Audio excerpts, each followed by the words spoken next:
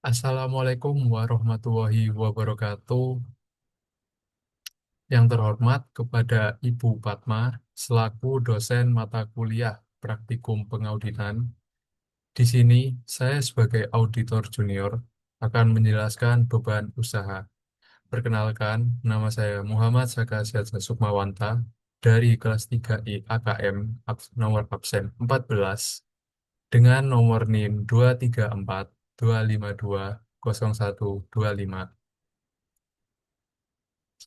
Di sini yang pertama, saya akan menjelaskan teori dari beban usaha itu sendiri. Beban usaha terbagi dalam dua kelompok, yaitu beban administrasi umum (BAU) dan beban pemasaran (BPS). Terdapat beberapa akun beban usaha dalam laporan laba rugi yang terkait langsung dengan akun neraca karena tergolong satu kelompok transaksi, sehingga akun beban tersebut itu sebenarnya telah selesai diaudit di saat akun neraca yang bersangkutan juga selesai diaudit juga. Contoh beban tersebut yaitu beban penyusutan dan beban kerugian piutang. Selanjutnya, prosedur audit yang akan saya gunakan yaitu melakukan perhitungan dengan membandingkan saldo beban dengan tahun sebelumnya. Jadi saldo beban tahun ini dengan tahun sebelumnya. Setelah itu menentukan saldo beraudit, dan yang terakhir melakukan pengujian, lalu menentukan net adjustment. Nah, untuk beban administrasi dan umum, ini terbagi dari 6 kelompok. Yang pertama ada beban gaji, beban perjalanan dinas BBM, beban telepon listrik dan air, bahan alat tulis kantor, beban bunga, dan yang terakhir beban lain-lain. Setelah itu, dari beban pemasaran ada beban gaji, beban perjalanan dinas BBM, beban telepon listrik dan air, dan yang terakhir beban lain-lain.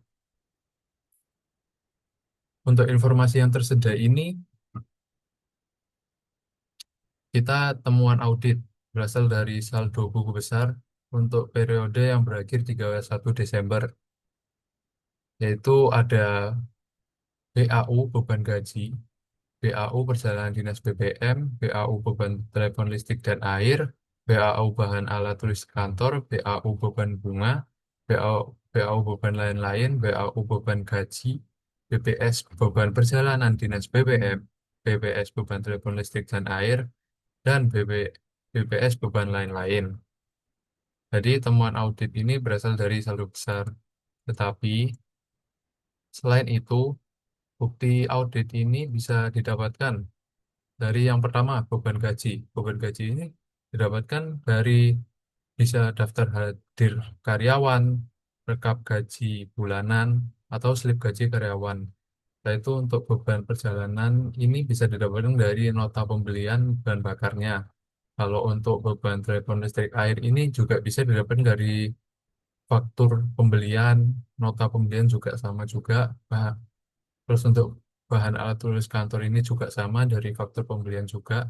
Kalau untuk beban bunga ini didapatkan dari perhitungan bunga, terus bisa juga dari bukti pembayaran bunga juga. Jadi seperti itu.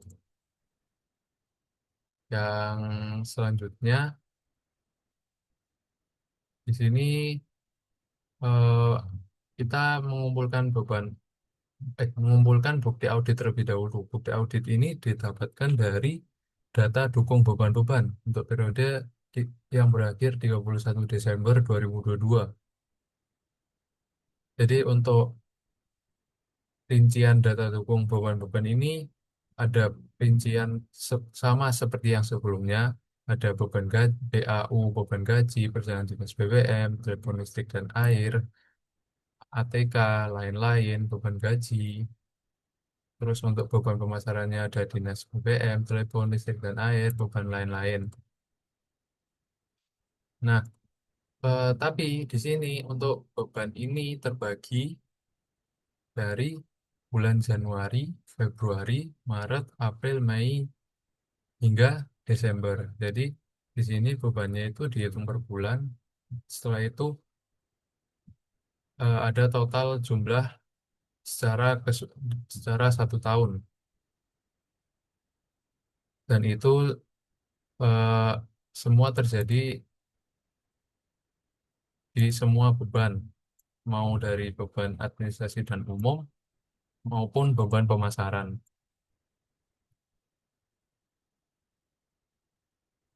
Selanjutnya, eh, untuk setelah itu kita mengerjakan kertas kerja. Nah, kertas kerja yang pertama ini merupakan hal yang paling penting, yaitu melengkapi judul, tahun, dan indeks pada kerja awal, yaitu beban usaha. Nah, di sini dilengkapi PT Wahana Eka Setia dengan judul beban usaha untuk tahun 2022 dengan indeks K. Setelah itu, di sini juga rincian dari BAU dan BPS. Yang pertama ini rincian dari BAU dengan judul BAU beban gaji dan sebagainya dengan indeks urut K1, K2, K3, K4, K5, K6. Jadi ini urut sesuai dengan pedoman masing-masing. Nah, itu juga berlaku dari beban pemasaran juga, seperti beban gaji, beban beban telepon, perjalanan, dan beban lain-lain. Ini tapi dengan indeks L. Jadi L1, L2, L3, L4 sesuai dengan pedoman masing-masing juga. Nah, setelah kita mengisikan judul, kita mengisikan keterangan. Yang pertama, keterangan yang kita dapatkan dari informasi yang ada. Jadi saldo awal diisikan. Yang pertama keterangan dulu. Keterangan dulu apa, beban administrasi dan beban pasaran. Setelah itu kita isikan saldo per buku dan saldo tahun lalu berdasarkan informasi yang telah tersedia. Setelah itu, setelah itu kita melakukan perhitungan. Kita melakukan perhitungan dari bulan Januari hingga Desember.